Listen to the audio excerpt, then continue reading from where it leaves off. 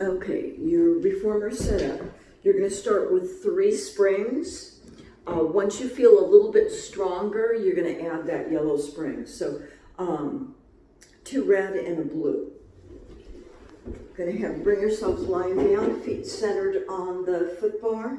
We're going to start at a parallel stance, knees in alignment with the hip, hands actively pushing down, shoulders lightly touching the shoulder blocks. We're going to push out and in. I'm going to just do a small amount of repetitions, but I want you to do 2 on your toes, a set of 10 actually on your toes, then on the center of the arch, again a set of 10, and then on the center of the heel. This is all at a parallel stance. And let's say that I did 10 on my heels. I'm going to then outwardly rotate. I'm going to go back on my toes. I want you to pick up the head and make sure that you're centered on the bar. And we're going to push out and in from here. You're in that Pilates stance on a high half toe. And let's say that I did 10. I'm going to go wide on my heels. Again, I have 3 springs on. If I feel like I want a little bit more resistance, I'm going to bump it by that 1 yellow. But I'd start with the 3 springs. Let's say I did 10 on my heels. I'm going to go up on my tippy toes in that wide stance, and I'm going to push out again. And again, I'm going to repeat 10 more repetitions. Feet come to the center of the bar in alignment with your hips. Always make sure that you are centered. Push all the way out. We're going to take that slow running, lifting up through a high half toe, and then flexing under, lifting up, and flexing under. And again, same thing, 10, and that means 1 is both feet. And let's say that this was the 10th one.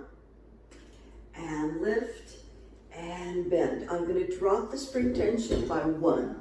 I'm going to leave it at a red and a blue.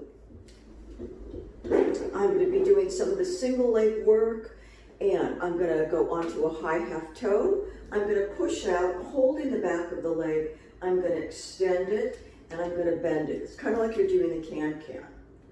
Bending and extending. Bending and extending. I'm going to take 3 more here. And let's say that I did that 3 more. All the way out. I'm going to flex and point the foot.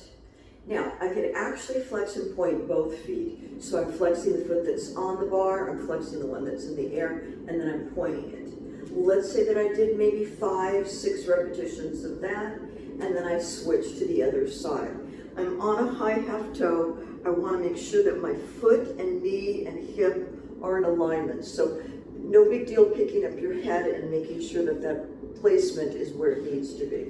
The opposite leg is in tabletop. I grab the back of the leg, I extend them both, and I bend them both. So I'm trying to open up that posterior chain of the leg, opening up that hamstring. Let's say that I did 6, 8, again flexing and pointing. Now this is going to strengthen the foot that's on the bar, but it's also going to stretch and then bring it all the way in and bring it down. Now I had dropped it to 2 springs. At this point, we'd be putting our legs into straps. Excuse that I've got to grab my straps.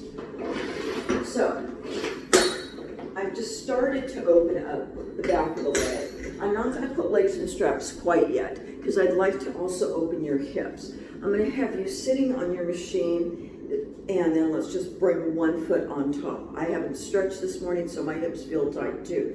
I'm going to wobble from cheek to cheek, and then I'm going to try to find in between those 2 sitting bones, lifting the heart and opening the chest, looking up towards the ceiling in front of me, and then tucking my tailbone and rounding. So I'm kind of doing a seated cat-cow. Let's say that I did that maybe 5 times. I'm going to also lean forward with a straight back to continue that stretch of this outer hip here, and then bring it back to center. Of course, I'm going to do both sides. I'll just do a different variation on this side. I usually start with that little wobbling from sit bone to sit bone, and then I settle in between the 2 sitting bones. Okay, that feels just about right. Again, I'm going to just take that little lean, using the arm on top of here and on top of the pelvis here, I'm pushing this hip bone down as I'm opening this hip, as I'm leaning with that straight back. Now that would be another variation of just stretching. Also bringing it up into the chest, and then kind of like you're rocking a baby in your arms. And then I'm gonna just bring this leg down. I'm gonna take my number 4 stretch before I put legs into straps. So again, I have those 2 springs. I'm gonna start with the leg closest to you. I'm gonna place it in that number 4 position. And I'm gonna take that little wobble from side to side again, just like I did seated. Once I find that center line, I'm gonna push out and in. Now, let's say that I did this maybe 8 times. I'm gonna take it all the way out. I'm gonna flex that foot again. I'm gonna make sure that I'm not twisting my pelvis, that this side over here is pulled back and that heel is flexed. And then lift and bring it down. I'm gonna again change to the other side, making sure that that foot that's down is just to the side of center. So it's underneath my hip. Again, that leg comes on top, that little wobble from cheek to cheek. Finding center line, let's push it out. Let's say that I go out and in multiple times, and then I'm gonna hold it out there with the flexing and the opening of the hip. And then slowly bring it up. And we're gonna put legs into straps. So the sequencing, I'm trying to open up your hips, Nancy, and I'm also trying to open up your hamstrings. So legs in straps here. I'm gonna just go into that bend and straighten. So as I bend, my knees are gonna come in inside of the legs, and I'm trying to keep my legs in a tight position. It's a nice knee to chest stretch here, and then I'm gonna push up high. Find something on the wall in front of you to align yourself with. Lower the legs down. Straps will be coming close to your bust line. Bring it back up as close to a vertical as you can. Bending it into your chest. I'm going to repeat that again. Let's say I did this about 6 to 10 times, depending on how tight you're feeling, and if you're feeling a good stretch, I do some more. It's not going to hurt you to do more than 6. Now I'm going to take my box. I'm going to come down the middle.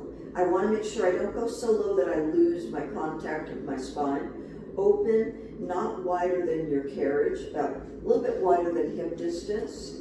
Bring it back up and close. Let's say that I go in one direction, and you could take as many as 10 repetitions, and then reverse your direction. Now my feet and my legs are parallel.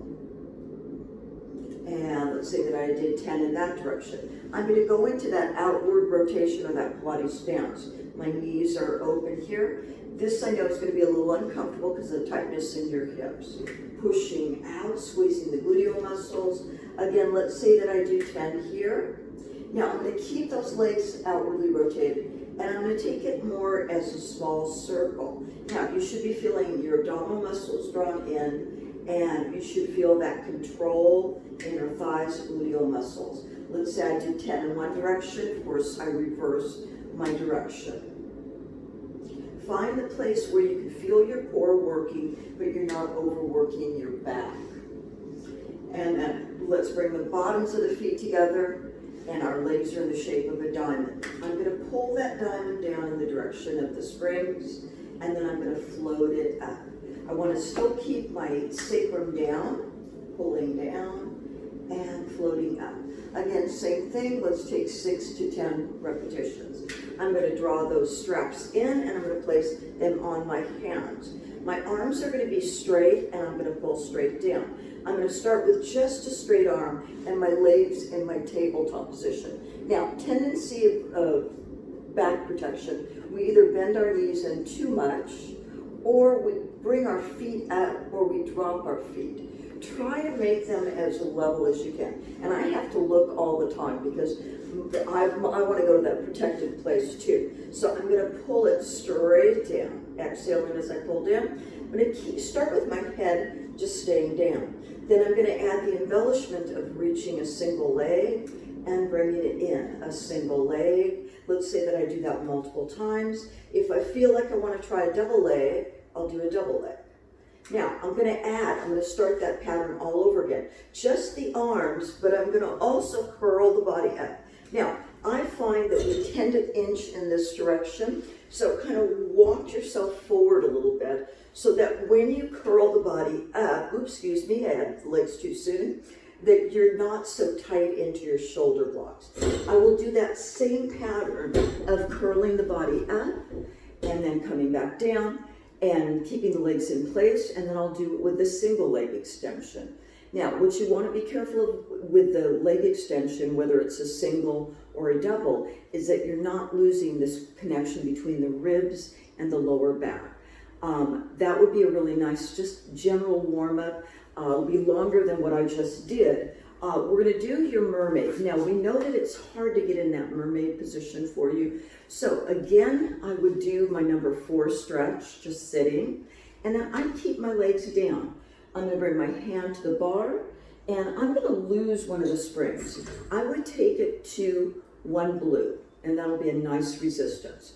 So I'm going to push into it. If you use the blue spring and it feels too loose, like you go, whoa, when you push into the hand, then just use 1 red, and that's perfectly fine. So I'm going to take a side body stretch. Now, because of the work that you do on a computer, I want to get a little extension. So I'm going to reach, and then I'm going to take that arm and I'm going to stretch it back. I bring it back up and I bring it back down. Let's say that I did that multiple times. So I want that extension of your shoulder. You can also take it here and rotate the other direction, but we do a lot of that in our daily life. We get into this rounded position. Let's say I did the other side, because you're going to do both sides. Again, with that one, especially the opening of the shoulder, I'd probably do around 6 of those so that we get a nice sense of stretch there. I'm going to have you also do your eaves lunge. So your standing foot comes forward on the wood frame or metal frame on your case. Let's bring the foot against the shoulder block. If you get in this position and it bothers your knee, put a pad under this knee. Now, I'm going to start with my back lifted and my outer hand on my hip, and my inner hand is on the bar. I'm pushing back, and then I'm coming back up. Now, I'm taking my hip, this back hip, into extension. Try not to hunch the body forward, because that's what everybody wants to do. Try to keep your chest up, and we'll just take one more, and we're going to stay here. Now, in this position, the natural tendency is to want to collapse the body forward. Bring both hands and push down, and then think of the shoulder blades going down and the body lifting. And then slowly bring it up. Now, because you are tight, you're going to want to get out of those stretches longer than I'm going to want you to get out of them. So stay in them a little bit longer. So you're basically doing your footwork, a little bit of stretching of the hip and hamstring. It should probably take you maybe 30 minutes to do this, max. Start with some breathing and relaxation. And I think that would be a good, just a standard workout for you for right now.